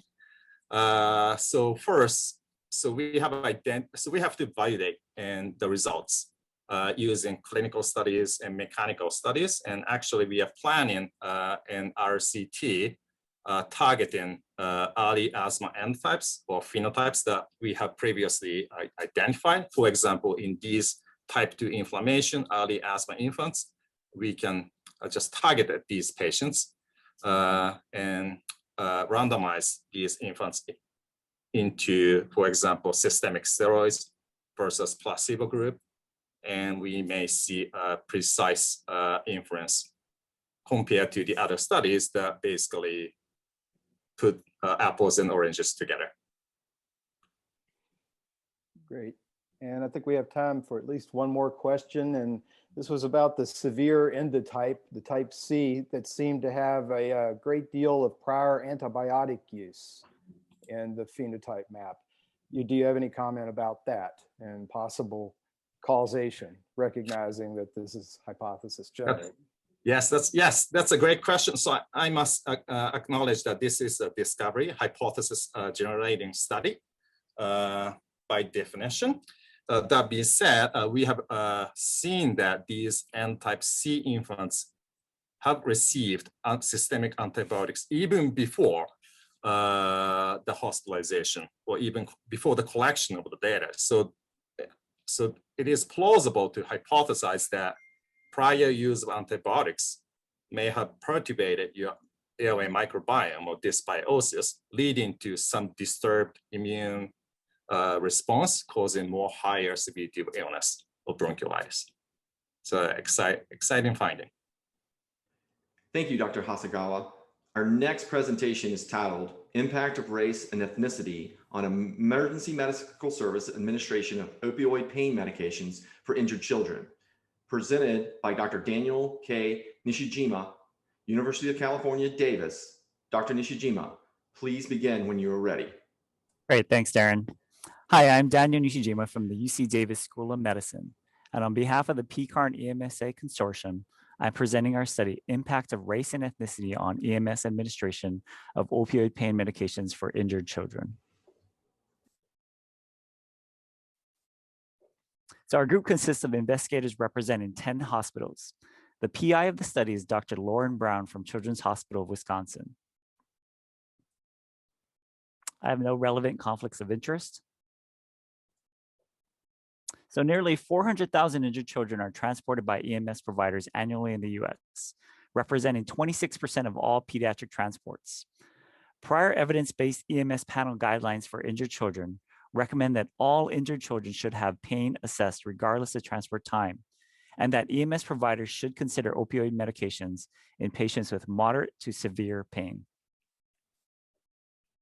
Prior studies have also demonstrated racial disparities in the treatment of acute pain with opioid pain medications. Black children were found to be less likely to receive opioid medications than white children for painful conditions in the emergency department and pre-hospital settings. However, these studies were based on administrative or registry data. The consequences of inadequate pain treatment in children are numerous and include emotional trauma, alterations in the way children process pain, and the long-term fear of future medical encounters. Our objective was to evaluate patient and provider characteristics related to the receipt of opioid pain medications during EMS transportation, with a specific focus on evaluating racial and ethnic disparities. This was a multi-center prospective observational study conducted at 10 emergency departments at level 1 or 2 trauma centers from July 2019 to April 2020. This was a secondary analysis of a study evaluating pre-hospital pain management in injured children. We enrolled patients during times that a clinical research coordinator was present in the emergency department, which ranged from 12 to 19 hours per day across sites. Injured children 1 month to less than 18 years old who were transported by the scene from EMS were included. We excluded children with pre-hospital traumatic arrest if there was a known history of allergies to opioid medications and known pregnancies. Trained research coordinators identified eligible patients in the ED and obtained informed consent from EMS providers to complete a brief electronic data survey around the time of ED handoff. Consent was also obtained from parents or guardians of eligible patients to abstract ED and hospital records. Race was coded as white, black, other race, and not documented. Due to the low numbers within each of these racial groups, American Indian or Alaskan Native, Asian, Native Hawaiian or other Pacific Islander, and multi-race were included as other race. Ethnicity was coded as Hispanic or not Hispanic. Race and ethnicity were abstracted from hospital EMR. The primary outcome was the receipt of pre-hospital opioid pain medications, which were either fentanyl or morphine. The route of administration could be either IV, IM, or intranasal. Predictor variables were first compared on univariate analysis and then on multivariate analysis, including 8 predictor variables. We used multiple imputation by chained equations to impute missing predictor variables. We conducted a sensitivity analysis, including only patients with the survey completed by ALS providers, because EMS agencies generally do not allow non-ALS providers to administer opioid pain medication. We also conducted a sensitivity analysis, including only patients that were ultimately diagnosed with a humerus, radius, ulnar, femur, or tibia fracture to isolate patients who are most likely to require opioid medications. We conducted a sensitivity analysis also, including only patients with pre-hospital reported moderate to severe pain, which is 4 or higher on a 10-point scale, to isolate patients reporting higher levels of pain. So here we describe the overall patient characteristics. We enrolled a total of 465 patients after excluding 43, the majority of whom were excluded due to non-scene transport. The mean age of the enrolled cohort was 10 years old, 59% were male, and 16% were admitted to the hospital. Overall, 19% had a fracture, and 19% of the cohort received opioid medications during transport. It should be noted that only about half of the patients who had a fracture actually received opioid pain medications en route. Of those who received opioid medications by EMS, the primary medication was fentanyl, and it was largely given via the intravenous and intranasal routes. Here we describe the overall provider characteristics. Overall, EMS provider respondents had a mean age of 33 years old, 78% were male, and 66% were advanced life support providers. And the mean number of years of experience was 10. Here are the results of the multivariate analysis after imputing missing variables. The predictor variable is listed in the first column, and the odds ratio with the 95% confidence intervals are listed in the second column. Bolded font are variables that were statistically significant at a p-value less than 0.5. As you can see here in the highlighted red box, the point estimate suggested that Black children and Hispanic children were less likely to receive opioid medications. However, the confidence intervals crossed 1 and thus were not statistically significant.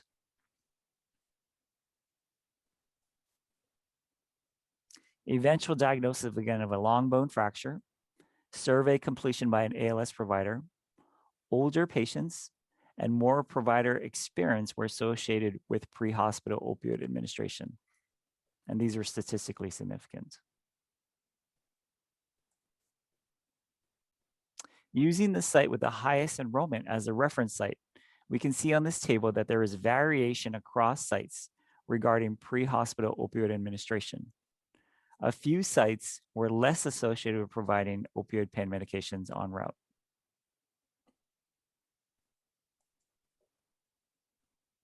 In the sensitivity analysis, limiting analysis only to patients with the survey completed by ALS providers, race and ethnicity did not demonstrate any statistically significant differences regarding opioid administration. We also noted that differences between sites persisted, suggesting that the variation between sites was not likely related to the differences in the proportion of ALS providers completing the survey. The sensitivity analysis limiting patients to only patients with fractures showed that race and ethnicity were not statistically significant. However, similar to the primary analysis, the point estimates were concerning for Black and Hispanic children receiving less opioid medications. But again, the confidence intervals crossed 1. The sensitivity analysis limiting inclusion of only patients with moderate to severe pain demonstrated that Hispanic patients were less likely to receive opioid medications with an odds ratio of 0.3. These results should be interpreted in the context of several limitations. First, race was abstracted from EMR rather than directly asking parents or guardians, which is considered the gold standard for determining race and ethnicity. We had 0 to 5% missing data for key variables, and thus require the use of multiple imputation to account for missingness. Race was also frequently not documented. It is possible that certain races may be more or less represented in this group. Due to the relatively small number of outcomes, we are unable to include more other potential predictor variables, such as patient home zip code, language preference, or insurance status that may have been important predictor variables. And finally, it was difficult to control for the severity of pain. We conducted a sensitivity analysis limiting the cohort to just those with long bone fracture, but this occurred in a relatively small number of patients. So in conclusion, we detected no statistically significant differences between racial and ethnic groups on primary analyses. However, the point estimates and sensitivity analysis were concerning that Black and Hispanic children received less opioid pain medications. Larger studies will be able to provide more robust estimates to further evaluate these trends. The presence of a fracture, patient age, ALS provider care, provider experience, and site were associated with receiving opioid pain medications during transport. Thank you very much for your time and attention. I'd be happy to answer any questions.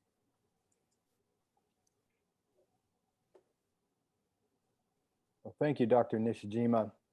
And we have several questions in the chat. And I'll start with one from a viewer who noted that there were several sites that seemed to stand out as having the lowest odds ratios for the children of color. And I believe it was 2 or 3 sites. Is there anything different about those sites?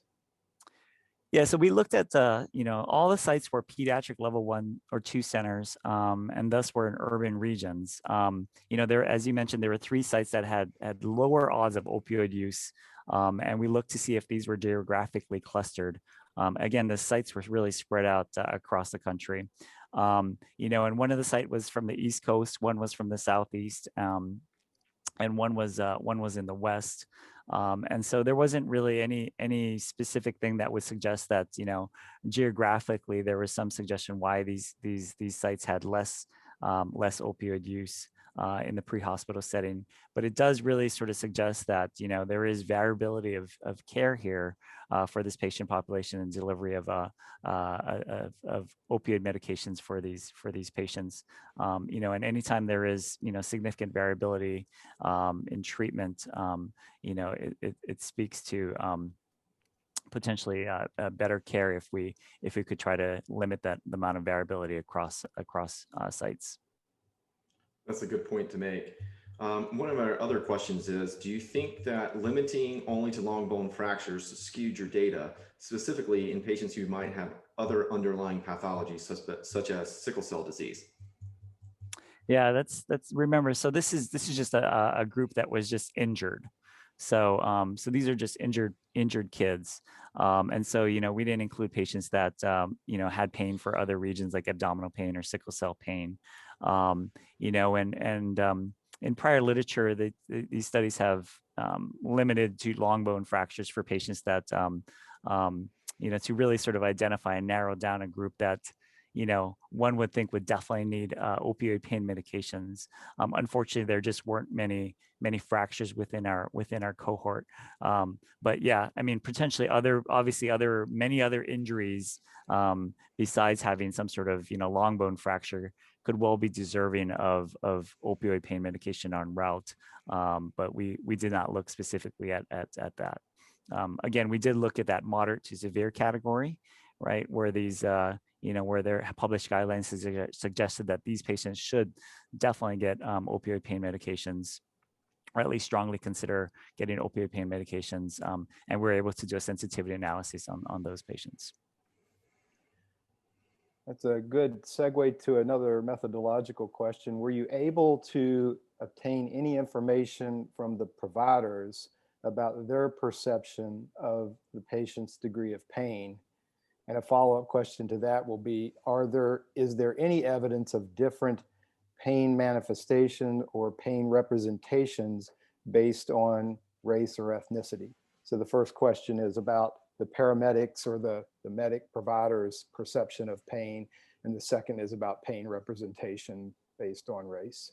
Yeah, that's a great question, Jeff. So, so yes, we did collect data on the provider perceptions and experiences regarding treatment of pain. Their prior experience, some of the protocol guidelines, their perception of how the patient was in pain, and that was actually part of the primary study. Again, the PI was Lauren Brown from Children's Hospital, Wisconsin. So that data is being analyzed and being published in a separate manuscript. Regarding the provider characteristics in terms of how they treated perceptions of pain and treating these patients for pain, we did collect some data on EMS providers, but we did not collect such things such as race and ethnicity of the EMS provider themselves to look at if that potentially influenced how they treated how they provided opioid treatment en route to injured children. Good answer. I think a new one that just popped up is, what do you think the potential mechanisms underlying the inferences are? Race, ethnicity is immutable. How would you test for the mechanisms and address the problems? Sorry, can you repeat that question? The question is, what do you think the potential mechanisms underlying the inferences are of why people are not getting the opioid medications? And race and ethnicity is immutable. How would you test for the mechanisms and address the problems of why these patients are not getting opioid pain medicine, is the way I'm interpreting it. Okay. Yeah, that's a great question. I mean, I think, I don't think within the data that we collected from this particular study that we were able to, really determine the mechanisms of why these, the reasons why certain groups received pain medications less. But I think it's important to, again, it was a small cohort, and even though it was not statistically significant, it really is important to sort of demonstrate that there definitely could be a disparity here. And again, we saw that consistently amongst several other sensitivity analyses, and this is also consistent with what's been published prior in the literature. And so I think that this is something that the mechanisms of why why this occurred or why we may be seeing this, I think that's really important next steps in research. I agree. Great, thank you.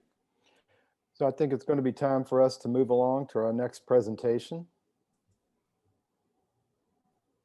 And that is by Dr. Michael Puskarich, The Effect of Losartan on Symptomatic Outpatients with COVID-19, a Randomized Clinical Trial. Dr. Puskarich comes from the University of Minnesota. Dr. Puskarich, please begin when you are ready.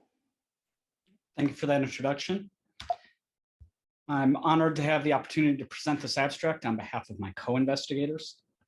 This study was funded by the Minnesota Partnership for Biotechnology and Medical Genomics. We have no financial conflicts of interest to declare. I don't need to belabor to this audience the effect that COVID-19 has had on the healthcare system and indeed the world. As you'll recall, the SARS-CoV-2 virus responsible for COVID-19 illness enters the cell via the ACE2 receptor, leading to viral replication and ACE2 downregulation. So what is the potential effect of ACE2 downregulation? This is a schematic of the renin-angiotensin-aldosterone system. You'll recall angiotensin 1 is broken down by ACE, blocked by ACE inhibitors, into angiotensin 2. Angiotensin 2 mediates its effects via the AT1R, which is blocked by ARBs, such as losartan, which leads to inflammation, apoptosis, and fibrosis. Now, in states of health, this is counterbalanced by angiotensin 1-7 activity.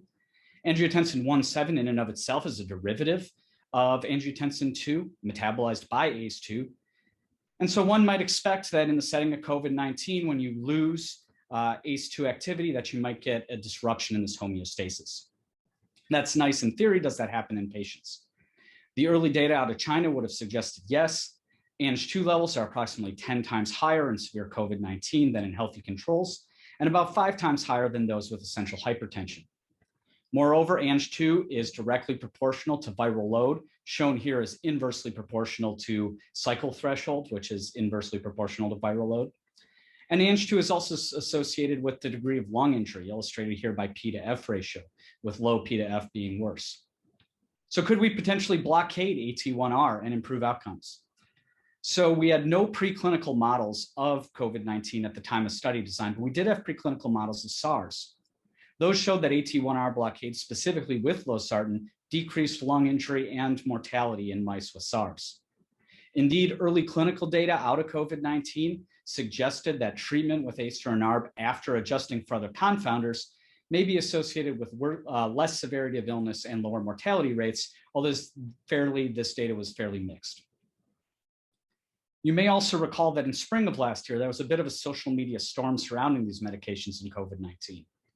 There's preclinical data showing that these medications can induce ACE2 expression due to feedback mechanisms. And so in theory, they could increase viral replication and actually worsen disease.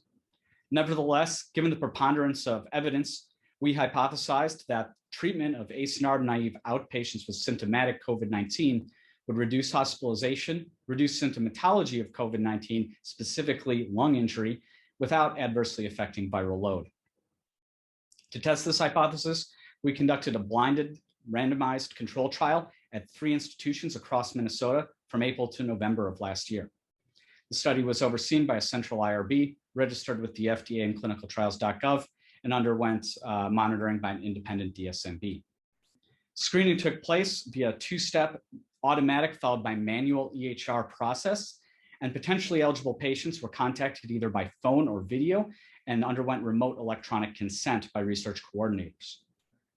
Patients were eligible for inclusion if they were adults with laboratory confirmed infection and were symptomatic within 24 hours of consent. Initially, this was defined as URI symptoms, but later in July, with our expanding knowledge of the disease process, was expanded to include all CDC recognized symptoms of COVID-19. Patients were excluded if they were already taking an ACE inhibitor or an ARB, had a prior reaction to those medications. As it's teratogenic, pregnant and breastfeeding patients were excluded. Patients who had more than 7 days of symptoms were excluded, as we expected them to have limited potential for benefit.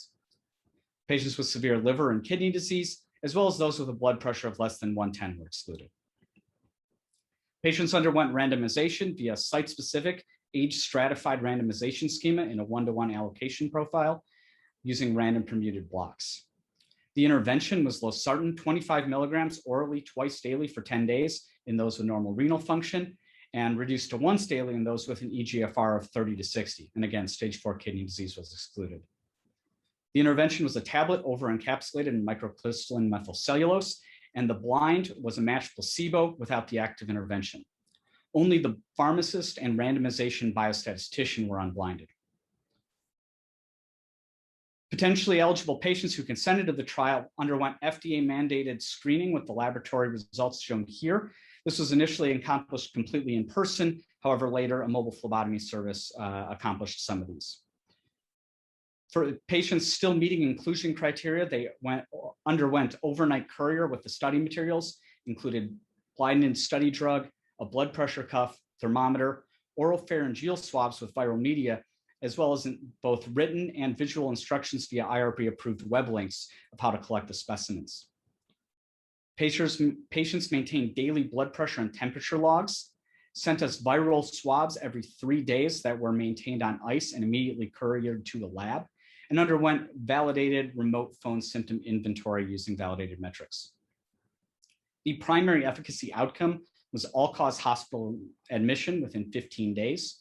Secondary outcomes aimed to test the effect on severity of illness, subjective symptoms, as well as viral load. All analyses were accomplished via intent to treat principles using the statistical test shown here.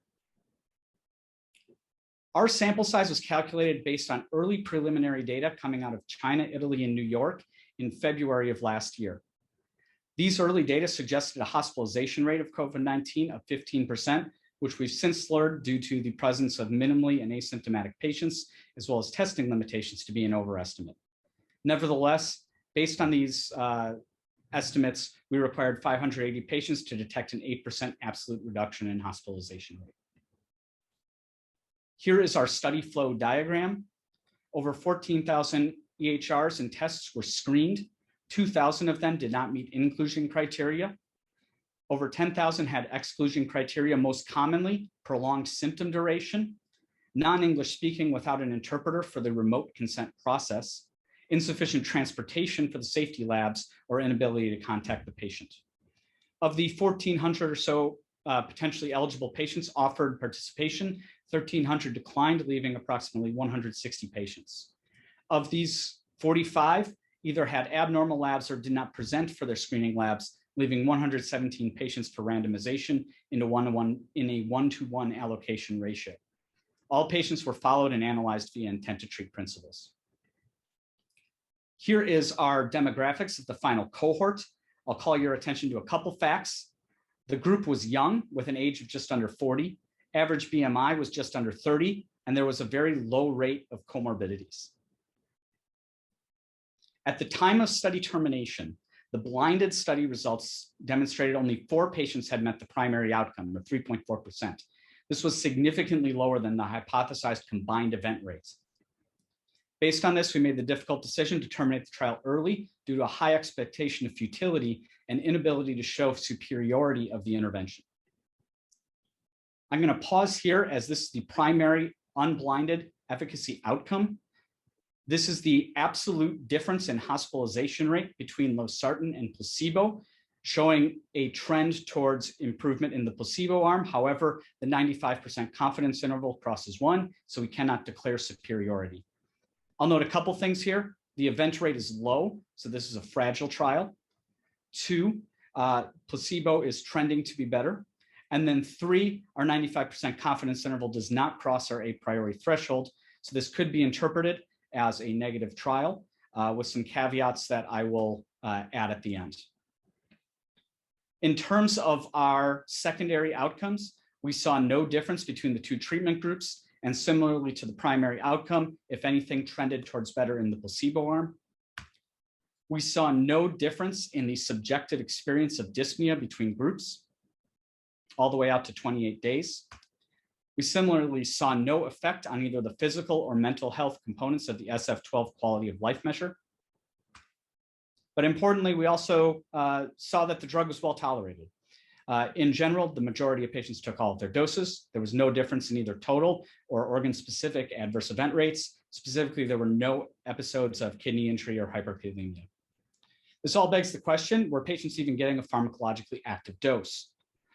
These are the blood pressure curves from days 0 to 15, losartan in blue and placebo in red. Although these are not statistically significant differences, I think there's a clear trend that patients in the losartan arm had a lower blood pressure, suggesting that they were taking their study drug and having some pharmacologic activity. This may be the most important slide I show today. This is the relative viral load as illustrated by the cycle threshold over time. Again, this is inversely proportional to viral load, so low levels are high viral load. This is over study days 1 through 9, and then 5 days after treatment at day 15. Critically, there appears to be no effect of initiation of losartan on viral load. There are several limitations to consider with this study. We enrolled a low severity of illness cohort. These results may not be generalizable to sicker patients. We only tested a single dose, single agent. Other agents testing RAS inhibition may have different results. Finally, the informativeness of the negative result depends highly on your definition of a minimally clinically significant treatment effect. In terms of future directions, we have also completed an inpatient phase 2 15-center RCT that did go to complete sample size that we're in the process of analyzing currently. And they're recently launched or about to launch 2 other RAS inhibition platform trials, REMAP-CAP, which is highly pragmatic, and Active4D that's looking at more investigational agents. So more to come on this front. In conclusion, treatment of low-risk outpatients with losartan is unlikely to reduce hospitalization in mildly symptomatic COVID-19 patients. Viral load does not appear to be adversely affected by outpatient losartan treatments. And finally, the value of RAS inhibition in a more severely ill cohort remains an area of active investigation. Just like to pause and thank the study team, my co-investigators at Hennepin Healthcare and the Mayo Clinic, research coordinators, laboratory support staff, DCC, CCC, DSMB. This project was a Herculean task to launch and complete in a very short time frame, and this couldn't have been done without tireless effort by a lot of people. So thank you, and with that, I'd be happy to take any questions. Great presentation, Dr. Puskarich. So as we have questions coming in your opinion, what was the biggest reason for, what was the biggest reason for declining enrollment? It looked like 90% declined enrollment. Yeah, so this was kind of a wild study to be a part of, and was highly dynamic. Like every few weeks, things would change. Early on, patients didn't want to be a part of any clinical trial that didn't have hydroxychloroquine. So that was a big factor early on. Issues with quarantine and getting to patients was a challenge. We introduced mobile phlebotomy, and that had some effect, but wasn't dramatic. And then, so that was something kind of in the summertime that was an issue. And then I think as fall wore on, and as we kind of got towards the end, quite frankly, people got tired of COVID and did not want to participate in clinical trials. And in their defense, looking at our trial protocol, they had to like swab their mouths, they had to get phone calls, they had to take medicines. I mean, there are logistical concerns that people are tired of this and they just want to go back to their normal lives. So I think that was a big part of it. But that's also a limitation of the study. There are, there's almost certainly selection bias in what I'm presenting. Thank you, Dr. Puskarich, for an extraordinarily difficult trial to undertake. And I think you've shown the complexities and the enormity of trying to get patients enrolled. I mean, even pre-COVID, but now post-COVID. The one question I would ask you is about the few patients that did get readmitted. Do you know why? Did they get readmitted for COVID or did they get readmitted for something else? So yes, all of them got readmitted for COVID. All of them got readmitted for COVID-associated respiratory disease. 2 of them, 1 in each arm, developed respiratory failure, but essentially all of them presented with hypoxia from COVID pneumonia. One follow-up question, this is from me.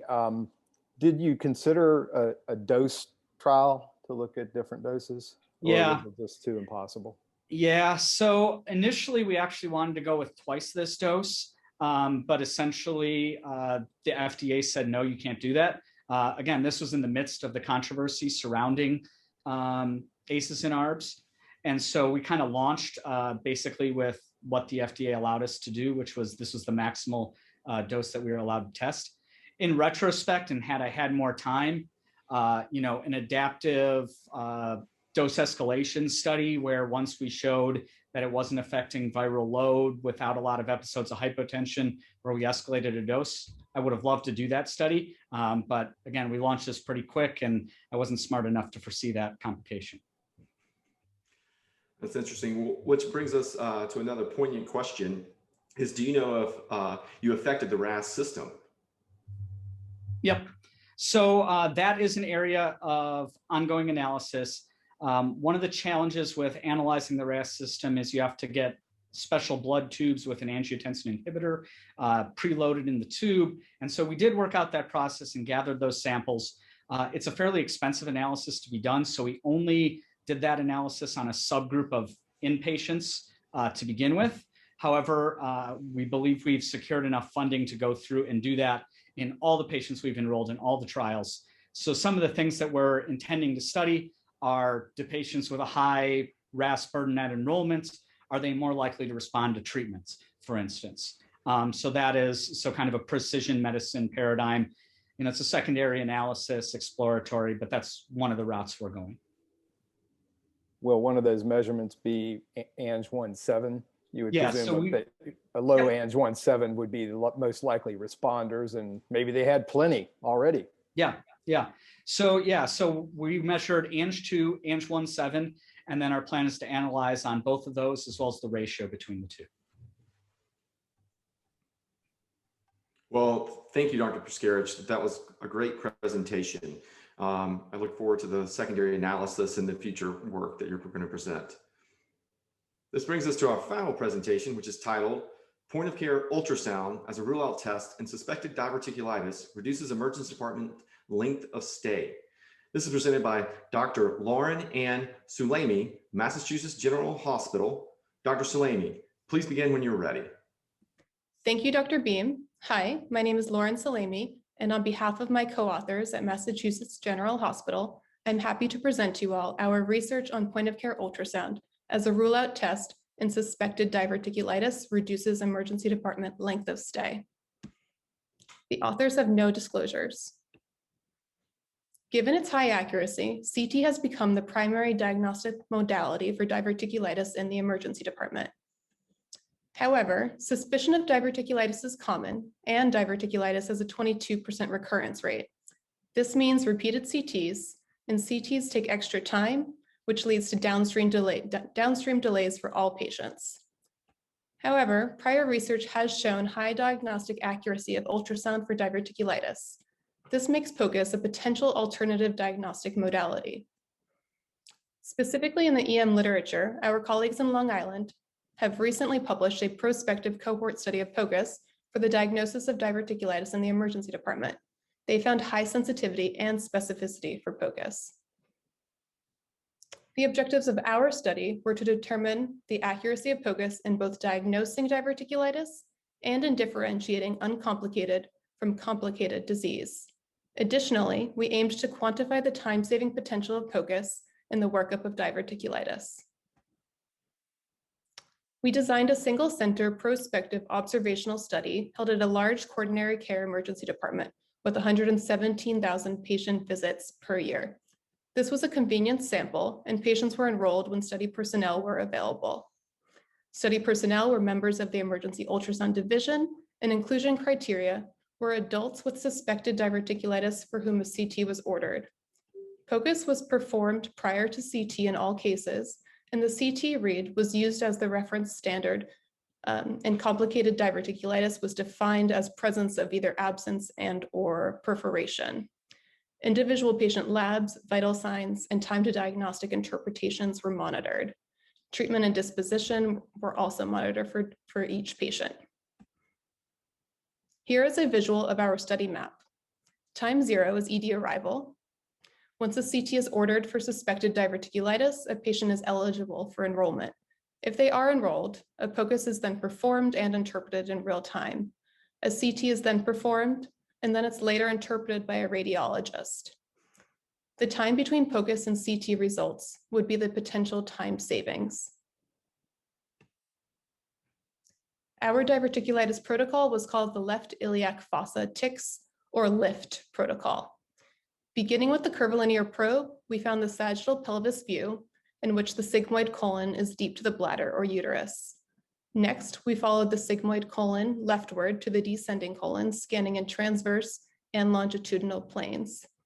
We focused on areas surrounding maximal tenderness and used the linear probe to evaluate sites of pathology and to confirm negative interpretations.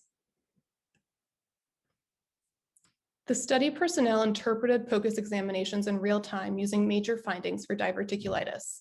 These findings included asymmetric thickened bowel wall, outpouching inflamed diverticulum, non-compressible pericolonic fat stranding, and a sonographic Murphy sign. Presence of findings suggestive of complications such as free fluid between bowel loops, pericolonic pelvic abscess formation, and large bowel dilation prompted the sonographer to classify the findings as complicated diverticulitis. Looking at our enrollment diagram and test outcomes, 167 patients were enrolled, 18 patients were excluded, leaving 149 patients for final analysis. 59% were called diverticulitis by POCUS, of which 81% were thought to be uncomplicated. The other 41% were called negative for diverticulitis. Looking at our patient characteristics, the mean age was 58 and 55% were female. There were no differences in CT interpretations for diverticulitis by age, sex, race, ethnicity, or BMI. There were significant differences in interpretation by history of diverticulosis, history of diverticulitis, white blood cell count, and final disposition. Looking back at our enrollment diagram, I am now presenting our POCUS findings with the gold standard CT results for each group of uncomplicated, complicated, and no diverticulitis by POCUS. Looking at the CT interpretations, the bolded number represents the instances of true positives and true negatives. As you can see, while the majority of POCUS interpretations were accurate, there were instances of both false positive and false negative results. Here are the test characteristics for any diverticulitis, uncomplicated diverticulitis, and complicated diverticulitis. I have circled what I believe to be the most clinically important findings. For any diverticulitis, POCUS has a nearly 95% sensitivity, a 93% negative predictive value, and a negative likelihood ratio of negative 0.07. Looking into our time-saving potential, here we have presented the median time to diagnostics and disposition in our cohort. It took a median of 103 minutes to have a POCUS interpreted and 285 minutes to have a CT interpreted. Again, the potential time savings through the use of POCUS as a singular test for appropriate patients would be the time between POCUS and CT results, or 173 minutes. This figure depicts the time spent waiting for diagnostics for each patient. On the y-axis is the proportion of patients waiting for either POCUS, shown on the yellow curve, or CT interpretations, shown on the blue curve. The x-axis is in minutes. The area in between these two curves is the maximum potential time savings. Next, we wanted to quantify the time savings in our cohort by first identifying POCUS as a rule-out test, given its high negative predictive value. In order to not miss any cases of complicated diverticulitis, we created a clinical decision-making tool. This tool identifies patients with negative POCUS, no history of diverticulosis, and no white blood cell elevation as not needing CT in order to rule out diverticulitis. A calculation of the potential time savings for all patients in our cohort who met criteria for the CDMT found that this tool could reduce ED length of stay by 174 minutes for patients who met CDMT criteria and by 59 minutes for each patient overall. Overall, despite high sensitivity, we had difficulty differentiating complicated from uncomplicated diverticulitis. Moderate specificity led to instances of disease overcalling. But through use of POCUS for suspected diverticulitis and augmentation with clinical history and labs, we developed a CDMT, which may help prevent the rare false negative uncomplicated diverticulitis while enabling ED length of stay and CT use reduction.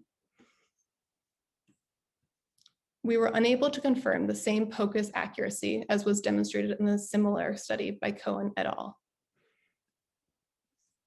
Important limitations of this study include limited generalizability due to its single center design and the specific presence of a robust emergency ultrasound division, the presence of which is variable between different hospitals. We also note the convenience sampling may have led to selection bias, and lack of sonographer blinding to clinical presentation may lead to performance and ascertainment biases. Lastly, depending on overall presentation and pretest probabilities, some patients may still require CT for other pathologies. In conclusion, in this prospective cohort study, POCUS performed with overall high sensitivity and impressive negative predictive value for diverticulitis. Integration of our CDMT to rule out diverticulitis may lead to system benefits through ED length of stay and CT utilization reductions, while simultaneously benefiting our patients. Thank you for the invitation and opportunity to present this research. My references are available here, and I'm happy to take any questions. All right. Thank you, Dr. Salemi, for an intriguing new use of ultrasound. And anytime we see a new use of ultrasound, we get our first question, and that is about the training level of the individuals in this study. How many were they, and is there a difference in diagnostic performance based on each individual's training level? That's a great question, very important for any institution that wants to bring this protocol to their use. In our specific study, I don't know the exact number of people that were performing the diverticulitis POCUS. It was about, I want to say 10 to 15 though, that were trained in this protocol. And all of them were members of the ultrasound division, which are people that are pretty highly trained in ultrasound overall, the majority having fellowship background. And I'll also say that all of the clinicians had prior experience in other bowel ultrasonography, such as looking for an SBO. I think that Dr. Klein brings up a really good point about training. So another question that was asked was, what was the effect on overall length of stay findings if indeterminate scans were not excluded and lead to additional time, ultrasound time and CT time? Might POCUS prolong ED length of stay if indeterminate, offsetting some of the overall time saving? I'm not so sure that I totally understood the question, but I think it was about the exclusion of indeterminate studies. So there were 7 indeterminate studies in our cohort, so that's about 5% were read as indeterminate. I don't know what exactly that difference in the overall length of stay reduction would have been had they been included, but all of those patients obviously would have still gone on to CT since they had inconclusive examinations. Okay, And reasons for inconclusive in our study were if the patient ended up refusing the POCUS examination, if they just had too much pain with palpation, and if their BMI was too high that the sonographer really couldn't see the bowel. I think if I'm determining or reading the question correctly, did you include that in the ultimate savings disposition time? Okay, no, they were entirely excluded from the full analysis, actually. Okay, the next question is another common one in diagnostic studies. It's about selection bias. I'm going to add to the questions asked by the audience member by noting myself, I saw a 59% prevalence of disease, which some might say is high and some might say introduced the concept of, as the questioner asked, spectrum bias, whereby you had more severe cases which are easier to diagnose than run-of-the-mill cases. How do you feel, or what evidence can you bring about the accuracy or the representativeness of your patient sample? That's an interesting question. Yeah, so I guess just to even get to the threshold of wanting to do some diagnostic study, the patients have to be more severe than those in which you don't think that they need either ultrasound or CAT scan, and all they need is to be discharged on antibiotics. So by the nature of the study, we're going to be looking for a slightly more severe group of patients. But I know that it was 59% had diverticulitis, but interestingly, it's just about, I think 15% had complicated diverticulitis. So I think that's a little bit lower than some other studies have shown for the rates of complicated diverticulitis. But the question as a whole does bring up a great point that if we had a high suspicion for diverticulitis in these patients, then maybe we could have ended up enrolling them more. And then subsequently, you may look with the ultrasound longer to really find that disease. But in order to really know exactly how to answer that question, I think would be probably a bit impossible. Okay, one of our other ones, I think it tacks on to what Dr. Klein said earlier, is what is the total time spent training to become facile in diverticulitis screening for POCUS? And does that equal a trade-off in the time savings in the emergency department?